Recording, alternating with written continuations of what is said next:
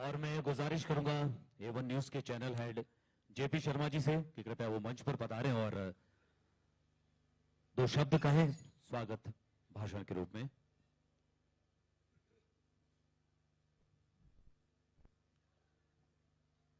माननीय मंत्री अशोक चांदना जी, हमारे निदेशक महोदय, प्रिंसिपल साहब और यहाँ अब जो सभागार में मौजूद आप सभी साहिबान हैं, मैं आप सबकी ओर से A1 परिवार की ओर से अग्रवाल महाविद्यालय की ओर से अशोक चांदना जी का बहुत बहुत स्वागत करता हूं। आप में से बहुत सारे लोगों को ये पता होगा कि राजस्थान में जो खेल और युवा मामलों का मंत्रालय है उसके बारे में चर्चा होती है कि वो पहली बार किसी ऐसे व्यक्ति के हाथ में है जो खुद वाकई बहुत बेहतरीन खिलाड़ी हैं और बहुत अनुशासित खिलाड़ी हैं।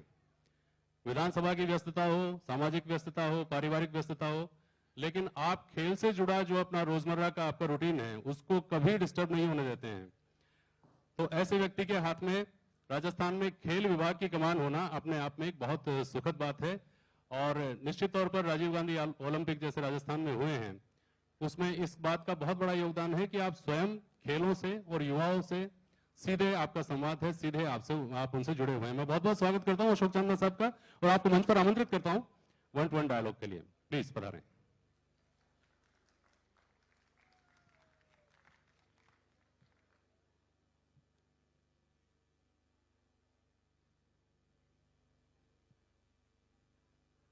आइए सर, पधारिए। Check check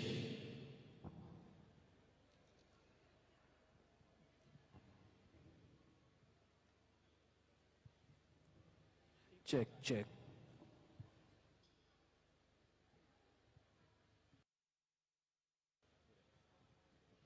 check 1 2 check. तो आप लोग जिस पल का बेसब्री से इंतजार कर रहे थे वो आ चुका है।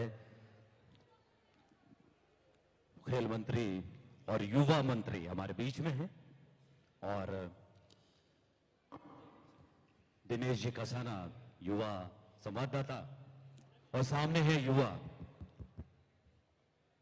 तो मैं दिनेश जी से गुजारिश करूंगा कि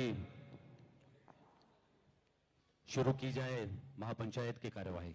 इस यूथ महापंचायत में हमारे साथ अब इस सेशन में जुड़े हैं यूथ स्पोर्ट्स और खेल मंत्री अशोक चांदना जी। अशोक चांदना जी एक खिलाड़ी भी हैं और खेल मंत्री भी हैं। ये राजस्थान का सौभाग्य है और इस सेशन में हमारे साथ आज जुड़े हैं। सबसे पहले अशोक जी का स्वागत है। अशोक जी पिछले 4 साल में बहुत सारे काम स्पोर्ट्स डिपार्टमेंट और स्किल डेवलपमेंट के साथ किए हैं, चाहे बेरोजगारी भत्ता देने का मामला हो या फिर आउट ऑफ टर्न नौकरी देने की स्पोर्ट्स कोटे से ये बात हो, पहली बार राजस्थान में हुआ है। और क्या छूट गया इस बार? आपने मुख्यमंत्री जी ने कहा है कि इस बार युवा आधारित बजट पेश करने जा रही है सरकार। युवाओं के लिए खास क्या होगा इस बजट? दिनेश जी, सबसे पहले तो आपका और आपके चैनल का बहुत बहुत धन्यवाद कि आप लोगों ने मुझे यहाँ पर बुलाया और सभी लोगों के साथ में रूबरू करवाया। आपने अच्छी बात कही कि आउट ऑफ टर्न नौकरियां मिली, लेकिन आपको उस आइडिया को समझना पड़ेगा। पहली बात तो कि नौकरियां मिलना इज नॉट एवरीथिंग। जब कोई खिलाड़ी मैदान पर खेलता है वो नौकरी मिलने के लिए कभी नहीं खेलता है। वो अपने गुरुओं का, अपने माता पिता का, अपने खेल का और अपने कोच का मान सम्मान बढ़ाने के लिए, अपनी प्रतिभा को दिखाने के लिए, अपनी मेहनत का प्रदर्शन करने के लिए वो मैदान पर उतरता है। लेकिन देखिए, मेरा ये मानना है और मैं हर जगह कहता भी हूं कि employment is the best engagement and sports is the best entertainment. देश के यूथ को अगर कुछ चाहिए तो एंगेजमेंट के नाम पर एम्प्लॉयमेंट मिलना चाहिए और एंटरटेनमेंट के नाम पर स्पोर्ट्स एक्टिविटीज में पार्टिसिपेशन होना चाहिए। तो एक कंप्लीट लाइफ साइकिल कंप्लीट हो जाता है। तो हम लोगों ने जब 4 साल पहले ये विभाग संभाला तो एक बहुत बड़ा चैलेंज था। हर कोई कहता था कि हरियाणा, पंजाब, ओडिशा, महाराष्ट्र, ये लोग राजस्थान से बहुत बेहतर करते हैं, क्यों नहीं हम इनसे बेहतर कर सकते?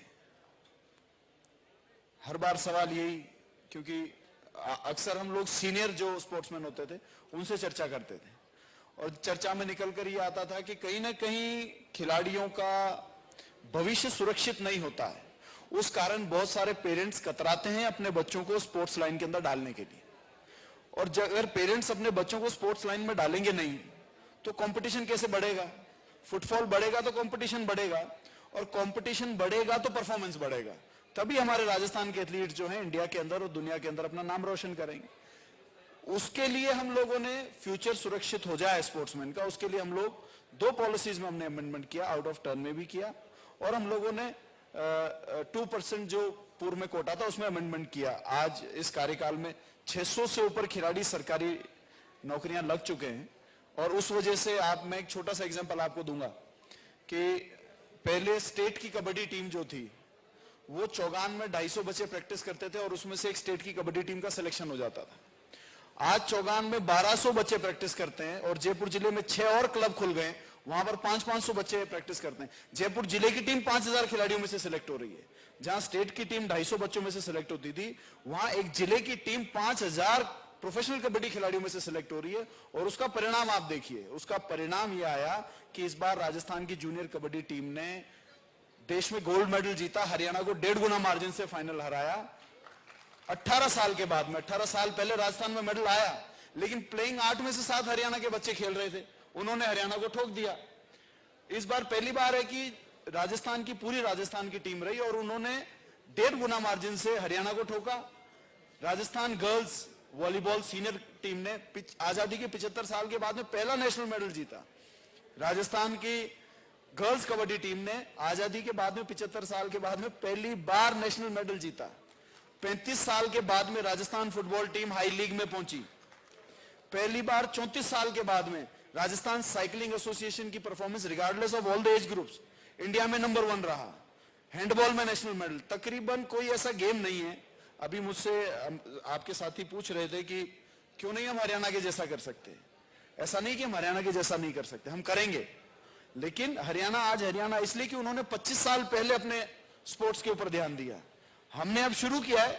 5 साल के बाद में मैं दावे के साथ कह रहा हूं आपको कि राजस्थान का sportsman will be a challenge for any another sports to be states to beat Rajasthan. It will be a challenge. It will be a big challenge. Rajasthan के लिए बड़ी बात होगी कि राजस्थान का युवा दूसरे स्टेट से आगे रहेगा। बेरोजगारी बड़ी समस्या है सर। स्किल डेवलपमेंट की जिम्मेदारी भी पिछले 4 साल से आपके पास है। किस तरह से, चूंकि सरकारी नौकरियां बड़े स्तर पर देना संभव नहीं है, तो स्किल डेवलपमेंट के लिए किस तरह से आगे बजट में या घोषणा हो या पिछले 4 साल में किस तरह से युवाओं के लिए काम किया? देखिए, स्किल डेवलपमेंट का गवर्नमेंट ऑफ इंडिया और स्टेट गवर्नमेंट का एक फिक्स बजट होता है, आपको उसके अंदर काम करके देना पड़ता है। तो अब वो बात तो वही है कि जितना गुड़ डालोगे उतना मीठा हो जाएगा। लेकिन इस बार हमको बहुत ज्यादा उम्मीद है कि माननीय मुख्यमंत्री जी ने कहा है कि युवाओं के ऊपर ही आधारित बजट देंगे। युवाओं के ऊपर आधारित तो 2 ही चीजों में देंगे, एम्प्लॉयबिलिटी कैसे हो, फ्यूचर सिक्योर कैसे हो, और एक स्पोर्ट्स एक ऐसी चीज है जहां से भी एक फिट एंड हिट सोसाइटी का निर्माण हम लोग कर सकते हैं, और वो भी एक बहुत बड़ी दरकार है। आज छोटे छोटे बच्चों की आंखों पर मैं देखता हूं, ये लॉकडाउन के 2 कार्यकाल निकले हैं।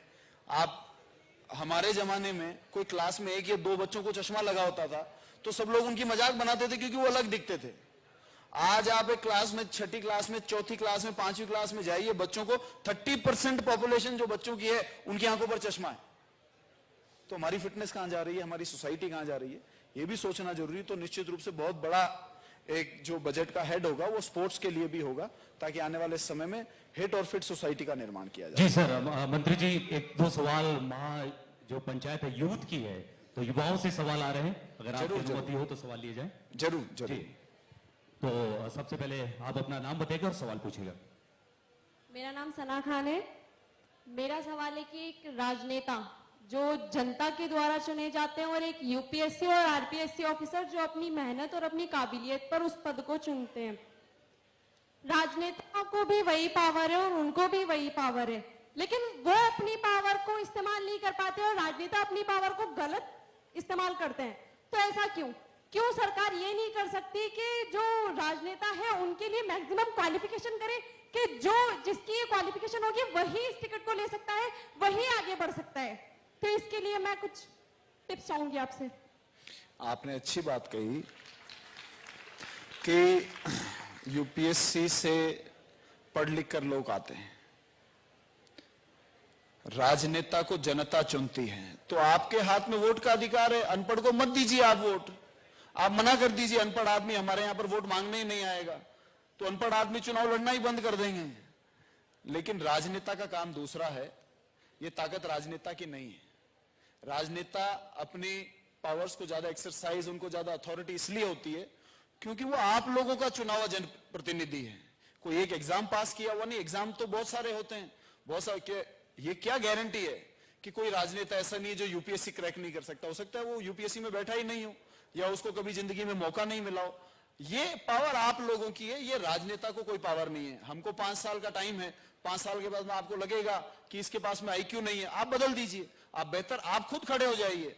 आपको लगता है कि मुझ में बहुत खास बात है, आप खड़े होइए और आपके साथी जो 2-2.5 लाख वोटर्स हैं वो आपको वोट देंगे। आप अपनी जो क्षमताएं हैं उनको अच्छे तरीके से रखेंगे लोगों के सामने। ये ताकत कतई राजनेताओं की नहीं है, ये ताकत देश के आम जन की है, देश के लोगों की है। वो अपने नेता को चुनते हैं, कोई नेता एग्जाम से नहीं आ सकता। इसलिए ताकत एक्सरसाइज ज्यादा होती है, अथॉरिटी ज्यादा होती है, क्योंकि वो जनता की ताकत है, वो पब्लिक की ताकत है। वोट पब्लिक डालती है, राजनेता खुद अपने आप को वोट नहीं डाल सकता, ना अपना एग्जाम में बैठ सकता। जी बिल्कुल, बहुत ही आपने सरलता से स्पष्ट जवाब दिया। उम्मीद है वो संतुष्ट हुए होंगे। एक और सवाल है, नाम बताइएगा और सवाल। मेरा नाम तनु जैन है। मैं यहाँ पर प्रोफेसर हूँ। मेरा क्वेश्चन आपसे ये है कि गवर्नमेंट ने हर सेक्टर में कॉलोनी वाइज, चाहे वो हॉस्पिटल्स हैं, चाहे वो स्कूल्स हैं, हर चीज़ ओपन करी हुई है। कम्युनिटी सेंटर्स हैं जहाँ पर आप अपने प्रोग्राम्स वगैरह कर सकते हैं। स्पोर्ट्स की ऐसी कोई भी गवर्नमेंट एकेडमी हमें कॉलोनी वाइज नहीं मिलती कि हम बच्चों को शाम को वहाँ पर खेल प्रशिक्षण के लिए भेज सकें। प्राइवेट एकेडमीज हैं, वो पैसा बहुत ज़्यादा लेती हैं, हर कोई अफोर्ड नहीं कर पाता। एसएमएस स्टेडियम हर कोई भेज नहीं सकता, वहाँ पर भी कोचेस पैसे लेते हैं।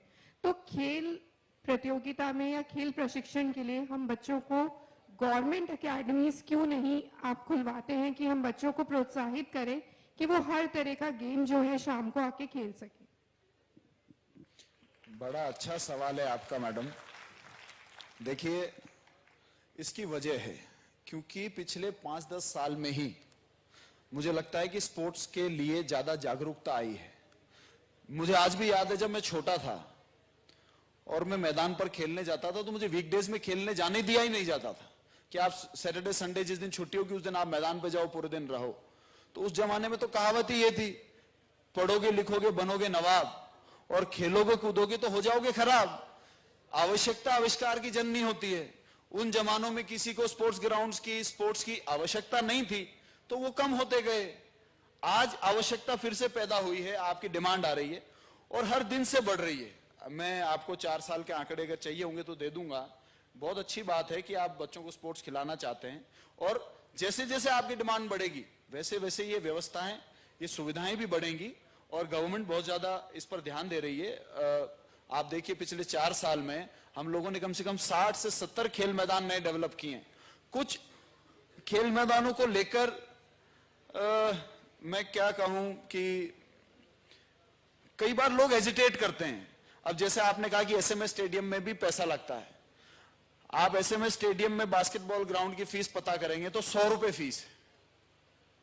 तो 100 रुपए तो मुझे लगता नहीं है कि, कई बार इंफॉर्मेशन भी राइट नहीं होती है। कोई आप किसी से पता करते हैं वो आपको कह देते हैं 1000 रुपए फीस है, लेकिन असलियत में 100 रुपए फीस है और 100 रुपए फीस बहुत ज्यादा नहीं है। तो थोड़ा सा आप रिसर्च करेंगे तो खेलों की सुविधाएं निश्चित रूप से आज से पूर्व में बहुत कम थी। अब पेरेंट्स अपने बच्चों को खुद मैदान पर ले जाते हैं, ध्यान देते हैं। जैसे पूर्व में पेरेंट्स अपने स्कूल टीचर्स के साथ में पेरेंट टीचर मीटिंग करते थे, अब कोचेस के साथ में मीटिंग करते हैं। अपने बच्चों को, बेटों को, बेटियों को मैदान पर लेकर जाते हैं, उनके कोचेस से बात करते हैं, क्या ये टैलेंटेड है, क्या इनका भविष्य बन पाएगा। तो जैसे जैसे डिमांड बढ़ रही है वैसे वैसे मैदान भी बढ़ रहे हैं। जी बहुत बहुत धन्यवाद इस जवाब के लिए। और एक और सवाल यूथ की तरफ से। देखिए, यूथ महापंचायत है और यूथ के पास बहुत सारे सवाल है। नाम बताइएगा और सवाल बताइए। नमस्कार सर, मेरा नाम कल्पना पेंडिया है। मेरा सवाल ये है कि वुमेन्स स्पोर्ट्स में काफ़ी आगे बढ़ रही हैं। मैंने अभी पहले भी देखा था जैसे कि स्टेट लेवल, नेशनल लेवल पे काफ़ी ज़्यादा बढ़ रही हैं, लेकिन उनकी सुरक्षा को लेके कोई इतना ज़्यादा खास मैंने नहीं देखा। अभी हाल ही में ये मामला है कि एक कोच ने खिलाड़ी के साथ दुर्व्यवहार किया है, तो इसमें सुरक्षा प्रदान करने के आप निश्चित रूप से देखिए, ये ऐसी घिनौनी घटनाएं बहुत जगह पर हो जाती हैं और एक घटना से पूरी फटर्निटी को भी देखना ठीक नहीं है। कई बार इंस्टीट्यूशंस के अंदर भी कई टीचर्स के प्रति ऐसी बातें आ जाती है। कई बार कोई कोचेस के बारे में, वो कुछ चंद लोग होते हैं, वो हमारी सोसाइटी का हिस्सा हैं। यह है कि खुला बोलेंगे तो उनका आइडेंटिफिकेशन होगा, आइडेंटिफिकेशन होगा तो निश्चित रूप से सख्त से सख्त कार्रवाई होगी। और महिला सुरक्षा से संबंधित स्पोर्ट्स के अंदर यदि आप लोगों के पास में कोई आइडियाज हैं कि किस प्रकार से सुरक्षा को और ज्यादा बढ़ाया जा सकता सर है। सुरक्षा को जैसे कि ना अभी टीम के साथ मतलब लेडीज ही हो, लेडीज खिलाड़ी जो होती है ना वो हो, कोच लेडीज हाँ हैं, कोच, सॉरी वो ज्यादा से ज्यादा हो। ज्यादा ठीक है। और सर मैं ये बोल रही हूँ, ये मामला तो फिर भी इसमें रिपोर्ट इसमें आ गया न्यूज में, लेकिन काफी मामले ऐसे हैं कि वो अभी आए नहीं। ये बिल्कुल सही, जी जी सर, आपकी बात बिल्कुल सही है। सुझाव मान लिया मंत्री जी ने, बिल्कुल आपने आप बहुत सही बात कही। और अगले आप अपना नाम बताइएगा और सवाल पूछेगा। नमस्कार, मेरा नाम प्रिंस शर्मा है। ये सर मेरा ये सवाल डिजिटल मार्केटिंग व ऑनलाइन मार्केटिंग से रिलेटेड है। आज का युवा जो है स्पेशली पेंडेमिक के बाद, कोरोना के बाद जो है डिजिटल मार्केटिंग में ज्यादा अपना इंटरेस्ट दिखाने लगा है, चाहे वो क्रिप्टो करेंसी हो या कोई ऑनलाइन कोई एमिनिटीज या कोई प्रोडक्ट्स बाय करना हो। हमें एडवर्टीजमेंट दिखा के वो काफी अच्छी तो दिखा देते हैं चीज की, काफी अच्छी बेनिफिशियल है, बट एक्चुअल में उसका यूसेज जो है वो सही नहीं है। वो कहीं ना कहीं हमारे लिए हार्मफुल है और कहीं ना कहीं हमारे लिए बेनिफिशियल नहीं है। तो उसके लिए हम जैसे देखते हैं ऑफलाइन मार्केटिंग है, उसके लिए हमारे पास कंज्यूमर कोर्ट है, साथ में पुलिस है जो हमारी सेवा करती है, हेल्प करती है, बट ऑनलाइन में कोई हमारे पास अवेयरनेस नहीं है। तो उसके लिए आप क्या कहना चाहेंगे? देखिए, ऑनलाइन ट्रेंड बहुत ज्यादा पिछले 7-8 साल में बढ़ा है और ऑनलाइन ठगी से संबंधित पुलिस भी, साइबर क्राइम कंट्रोल भी इसके ऊपर काम कर रहा है, क्योंकि ये टेक्नोलॉजीज इंडिया के लिए भी बहुत नई है। सारी हम लोगों ने बाहर की, we have taken in technology wise अगर हम बात करेंगे तो we have taken a frog leap. हमने ये सारे इंस्ट्रूमेंट्स इन्वेंट नहीं किए, हमने इंटरनेट इन्वेंट नहीं किया है, हमने स्मार्टफोन्स इन्वेंट नहीं किए, हम we are taking the technologies. तो कहीं ना कहीं उसके अंदर जो भी नेगेटिविटी है या उसके अंदर जो ठगी है उसको पकड़ने के लिए थोड़ा समय जरूर लग रहा है, बट साइबर क्राइम सेल जो है, साइबर के ऊपर अच्छा होमवर्क चल रहा है। आने वाले समय में बेहतर सुविधाएं होंगी। बहुत ज्यादा आप लोगों को, मैं सब युवा साथियों को कहना चाहता हूं कि आप लोगों को साइबर ठगी से बच के रहना चाहिए। मेरे खुद के पास व्हाट्सएप में कई बार कोई मेरे जानकारों की डीपी लगाकर उससे वो कह देते अकाउंट में पैसा डालो, मुझे जरूरत है, मैं हॉस्पिटल में बैठा हुआ हूं। बट एक बार मेरे साथ भी हो गई ठगी, तो मैं अब उनको कहता हूं चलो आप मुझे कॉल करके बताइए आपको क्या समस्या है, तो वो कॉल नहीं करते हैं।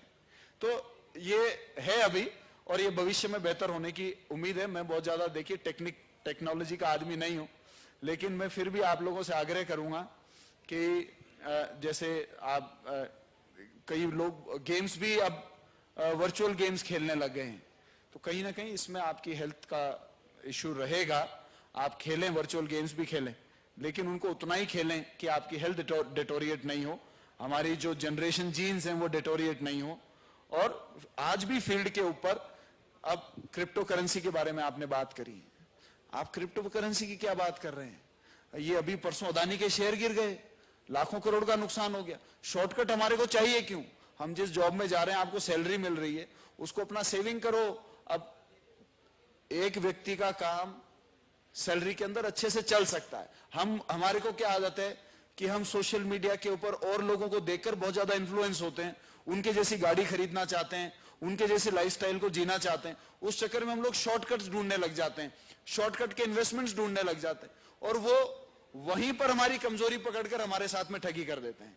तो शॉर्टकट जहां जहां हम लोग ढूंढेंगे वहां तय है कि ठगी होगी। आज नहीं होगी तो 8 साल बाद हो जाएगी, 10 साल बाद। जुए के अंदर क्या होता है, नया नया जुआरी आता है, उसको पहले 4 बार जिताते हैं ताकि उसको जुए का चस्का लग जाए, फिर उसके घर खानदान में जो सामान होता है वो पूरा टेबल पे रखवा लेते हैं। तो ये सब, मैं तो इसको ठगी और जुआ ही मानूंगा। आपको जितनी सैलरी मिल रही है, मेहनत पसीने के साथ में जो कमाई, कम मिले चाहे ज्यादा मिले, उसमें अपना जीवन यापन करें, माता पिता की सेवा करें, समाज में अच्छा नाम कमाएं, उससे ज्यादा मुझे लगता है कि आपको संतुष्टि मिलेगी। जी जी, बहुत बहुत धन्यवाद। आपने बहुत ही सटीक जवाब दिया और उम्मीद है संतुष्ट होंगे वो। तो युवा मामलात के मंत्री और युवा मंत्री है, तो युवाओं के सवाल बहुत ज्यादा निकल कर सामने आ रहे। एक और सवाल है, नाम बताएगा, सवाल पूछेगा। नमस्ते सर, सर मेरा नाम अंकित शर्मा है। सर मेरा ये सवाल है कि जैसे अपने पास जयपुर में SMS क्रिकेट स्टेडियम है जो काफ़ी अच्छा है, तो सर ऐसे कौन से कारण हैं कि हम अंतर्राष्ट्रीय मैचों का आयोजन लगातार नहीं करवा पाते? 1983 से लेकर 2021 या 22 भी गिन लो तो सिर्फ 4 अंतर्राष्ट्रीय मैच हुए, जिसमें 2 वनडे, 1 टेस्ट, 1 T20 है। तो ये क्या कारण है कि हम लगातार अंतर्राष्ट्रीय मैचों का आयोजन नहीं करा पाते? और सर मेरा ये भी क्वेश्चन था इसी के अंदर कि SMS स्टेडियम राजस्थान गवर्नमेंट का है और RCA का नहीं है, तो ये मैं ये मानूं कि RCA और राजस्थान गवर्नमेंट का सामंजस्य नहीं बैठ पाता, इस कारण लगातार मैच नहीं हो पाते, क्योंकि अंतर्राष्ट्रीय मैच होना राजस्व की प्राप्ति के लिए भी बहुत इंपॉर्टेंट है और हमको RCA से भी क्या नाम है राजस्व की प्राप्ति होती है। तो क्यों ऐसा क्या कारण है? मतलब राजनीतिक कारण है, ग्राउंड स्टाफ सही नहीं है, ग्राउंड सही नहीं है, या फिर पॉपुलेशन जयपुर की ज्यादा कम है? क्या रीजन है कि हम अंतर्राष्ट्रीय मैच का आयोजन नहीं करा पाते? देखिए, RCA और BCCI ये ऑटोनोमस ऑर्गेनाइजेशंस हैं। ऑटोनोमस का मतलब आप समझते हैं, ये गवर्नमेंट से कोई हेड नहीं लेते हैं, they are registered with the government of India and they function within. ये गवर्नमेंट से ना कोई एड लेते हैं, तो क्रिकेट का इंटरनेशनल मैच आना ये BCCI और RCA का निजी मामला है। गवर्नमेंट के पास में ऐसा कोई प्रपोजल आता नहीं है कि जहां गवर्नमेंट को कोई सुविधा प्रोवाइड करने के बाद में मैच आएगा। तो ये BCCI और RCA का मामला है कि कितने मैचेस आएंगे, कितने नहीं आएंगे। गवर्नमेंट तो जिस दिन वो करा देते तो हम लोग सिक्योरिटी की व्यवस्था कर देते हैं, उनको मैदान दे देते हैं, मैदान उनके साथ में कॉन्ट्रैक्ट रहता है, बाकी सुविधाओं के लिए गवर्नमेंट है। इंटरनेशनल मैच क्या कराना है वो BCCI और RCA का फैसला है।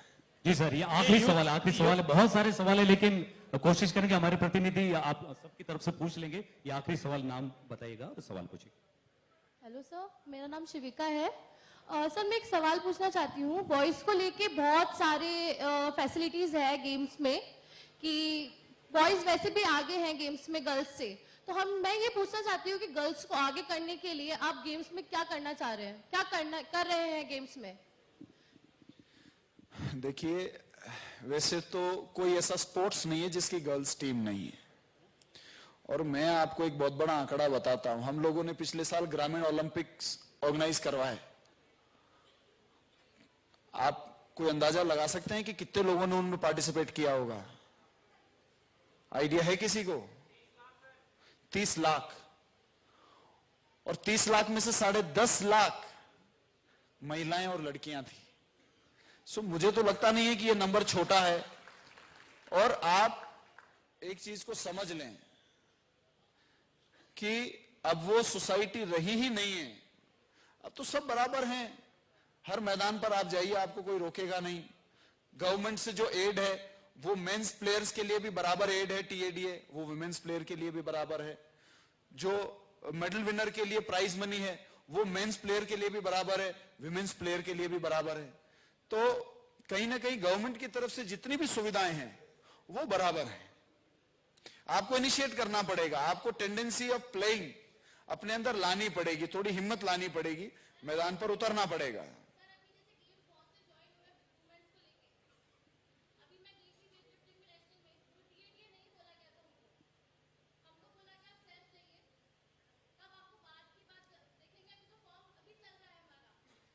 मैं वही कह रहा हूं ना, ये मिस इन्फॉर्मेशन होती है।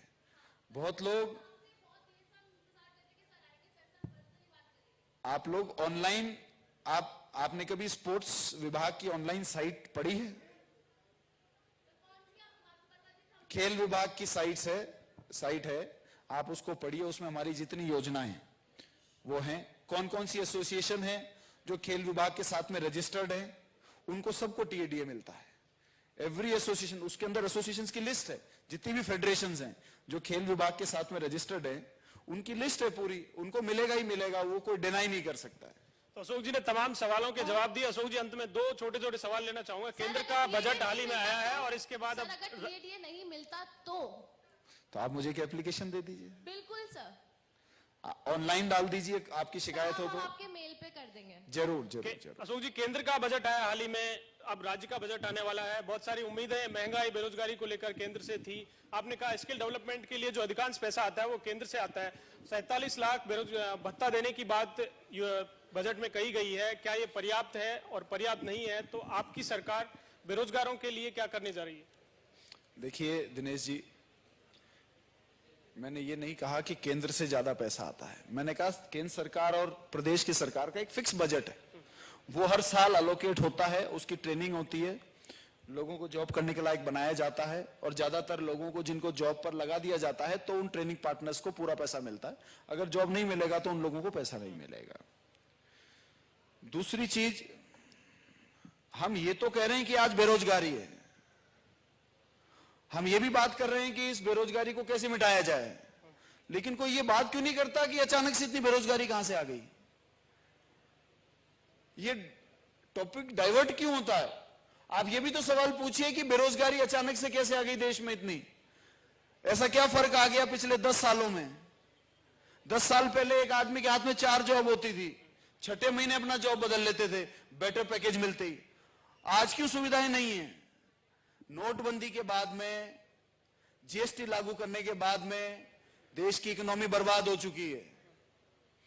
यहां जितने भी इस हॉल में बैठे हुए हैं, कौन लोगों का अगर छोटा बड़ा व्यापार है तो आज आंकड़े केवल जो दिखाए जा रहे हैं, नोटबंदी जीएसटी गलत तरीके से लागू हुआ, उसके बाद में इकोनॉमिकल हमारे आंकड़े खराब नहीं हो, उसके लिए 2 नंबर का जितना देश में पैसा था उन लोगों को दबाव डालकर सरकारी डंडा चलाकर उस पैसों को बैंकों में जमा कराया गया। 9,43,000 लोग इन 8 सालों में भारत की नागरिकता छोड़ चुके हैं। जिन लोगों ने 9.5 लाख लोगों ने भारत की नागरिकता छोड़ी, क्या उनको दूसरे देश की नागरिकता नहीं मिली? और भारत की नागरिकता छोड़ी तो फ्लाइट से गए होंगे, पैदल तो कोई गया नहीं होगा। कोई आदमी गया तो कम से कम 100 करोड़ का आदमी देश छोड़ के गया होगा। 9.5 लाख लोग, कितना बड़ा इन्वेस्टमेंट है जो आपके देश में होना चाहिए था। वो अपना पैसा लेकर विदेश, जो डिफॉल्टर्स हैं उनके बारे में तो अखबारों में आ जाता है कि नीरव मोदी डिफॉल्टर है, विजय माल्या डिफॉल्टर है। जो डिफॉल्टर नहीं है उनकी कोई सूची नहीं है जो अपना पैसा लेकर देश से चले गए। वो इंडस्ट्रियलाइजेशन उन देशों में हो रहा है जहां पर की बिजनेस की सर्टेनिटी है। जब नोटबंदी जीएसटी हुई तो अगले 5 साल 10 साल मंदी रहेगी, ये मानकर देश के सारे बड़े बड़े व्यापारियों ने इस देश से पैसा निकालकर विदेशों की अपनी कंपनियों में, उनकी जो जॉइंट वेंचर चल रहे थे उनमें डाल दिया। कोई ये पूछ नहीं रहा है कि बेरोजगारी कहां से अचानक से आ गई। तो जब तक आप धर्म के नाम पर वोट देते रहेंगे, जब तक आप सोशल मीडिया का चिल्का देखकर ही, भाषण सुनकर ही अगर आप आकलन नहीं करेंगे, सोसाइटी और भविष्य हमको खुद को तय करना पड़ेगा कि हमारा भविष्य क्या होगा। क्या हमने सोशल मीडिया में रील बनाकर खुश हो जाना है, 100 लाइक आ गए, संतुष्ट हो गए, सो गए? क्या ये लाइफस्टाइल हमारे को चाहिए? क्या हमारे को ये अदानी आकर एक दिन में 2-2 लाख करोड़ का हमारी देश की जनसंख्या को घाटा दे जाएगा और उनसे कोई सवाल पूछने वाला नहीं होगा? क्या ऐसा आने वाले समय में होगा? तो भूल जाइए फिर आप। आज तो प्रदेश सरकारें जीवित है, कल को ये भी हथियार नहीं रहेंगे सोसाइटी के पास में। तो अब इससे ज्यादा मैं अभी बोलना नहीं चाहता, आपका शो फिर आपको काटना पड़ेगा इसमें। आर्थिक असमानता की बात आपकी पार्टी लगातार सवाल उठाती है। आर्थिक असमानता के कारण क्या मानते हैं आप इस देश में? आर्थिक असमानता, गरीब ज्यादा गरीब होता जा रहा है, अमीर और अमीर होता जा रहा है। कांग्रेस पार्टी लगातार ये आरोप लगाती है कि उद्योगपति मित्रों को फायदा केंद्र सरकार पहुंचा रही है। आज अडानी के एफपीओ को लेकर आज प्रोटेस्ट भी कांग्रेस पार्टी कर रही है। देखिए, देश में पैसा तो उतना ही है, या तो वो 20 लाख लोगों के हाथ में हो या 2 लोगों के पास में। एक व्यक्ति जो आज से 8 साल पहले 200 में नहीं था, वो आज पहले 3 में आ गया है। तो पैसा तो कोई आपका और मेरा ही उनकी अकाउंट में गया होगा। वो कारण क्या रहे? क्यों देश के सारे एयरपोर्ट्स दे दिए? क्यों देश के सारे पोर्ट्स दे दिए? पूरी दुनिया से आने और जाने का पूरा तंत्र एक व्यक्ति के हाथ में क्यों दे दिया गया? इसके ऊपर क्या कोई सवाल नहीं पूछेगा दिनेश जी? सारे एयरपोर्ट्स और पोर्ट्स दे देने का मतलब है कि पूरी दुनिया से भारत में क्या आएगा और भारत से पूरी दुनिया में क्या जाएगा, वो एक आदमी की मॉनिटरिंग के अंदर है। गवर्नमेंट्स के अंदर पास भी उतनी मॉनिटरिंग बची नहीं है। ये सवाल कोई पूछता नहीं। लोग उठा के कहते थे हम इनकम टैक्स भरते हैं और हमारे इनकम टैक्स का पैसा जो है उसके एयरपोर्ट बने। ऐसा नहीं है भाई साहब। गांव का व्यक्ति धोती खरीदता है तो उस धोती के ऊपर भी टैक्स लगता है। वो नहाने के लिए साबुन खरीदता है तो साबुन अगर 40 रुपए का खरीदता है, उस 40 रुपए के अंदर वो टैक्स देता है। कोई सिर पे तेल लगाने के लिए तेल खरीदता है, खाने के लिए तेल खरीदता है, घर के लिए राशन खरीदता है, हर चीज के ऊपर टैक्स लगकर उसको प्राप्त हो रहा है। जो ट्रांसपोर्ट से वहां पर पहुंचा उस ट्रांसपोर्ट के बिलिंग के ऊपर टैक्स लगकर उसको प्राप्त हो रहा है। देश का हर व्यक्ति का पैसा इस देश की सरकार और इस देश के साधन संसाधन बनाने में लगे। रेलवेज बिक रही है, एयरपोर्ट्स बिक गए, पोर्ट्स बिक गए, हर व्यक्ति का, चाहे कोई इनकम टैक्स देता है चाहे नहीं देता है, हर व्यक्ति का सामान बिक गया है। आपसे पिछले सेशन में बीजेपी के विधायक थे अशोक लाहोटी, और उनका सवाल था कि जब बीजेपी के ऊपर आरोप लगते हैं केंद्र सरकार के, राजस्थान सरकार ने अडानी के साथ बहुत सारे एमओयू किए हैं, क्या उन्हें अभी तक इंप्लीमेंट नहीं किया गया है और केंद्र पर ही ये सवाल क्यों उठते हैं? देखिए, आप मेरी बात को समझिए। बात है नियम तोड़ना और मानसिकता के ऊपर। यहां तो ओपन टेंडर है, ओपन है, कोई भी आए, नियम कायदे के साथ काम करेंगे तो किसको क्यों रोकेंगे? बिल्कुल कर सकते हैं। हमने तो अडानी को कोई एयरपोर्ट नहीं दिए, हमने अडानी को हमारी राजस्थान की कोई एसेट्स दे दिए क्या? बताइए कौन सा एसेट दिया? राजस्थान गवर्नमेंट ने कोई भी एसेट अडानी को नहीं दिया है, नहीं किसी उद्योगपति को दिया है। इन्हीं के राज में होता है कि जब हिंदुस्तान जिंक उदयपुर का कोड़ियों के भाव उद्योगपतियों को मिल गया, स्क्रैप निकल गया उतने का उसमें। ये सोचना पड़ेगा, अगर युवा हमारे जो साथी यहां पर बैठे हुए हैं ये नहीं सोचेंगे भविष्य हमारा अंधकार में है, क्योंकि वो सारे एसेट्स हमारे बिक रहे हैं। एक सर, पेपर लीक की बड़ी समस्या है। आपके जो पिछले सेशन थे उनमें भी लगातार ये सवाल उठा, यूथ भी कई सवाल यूथ की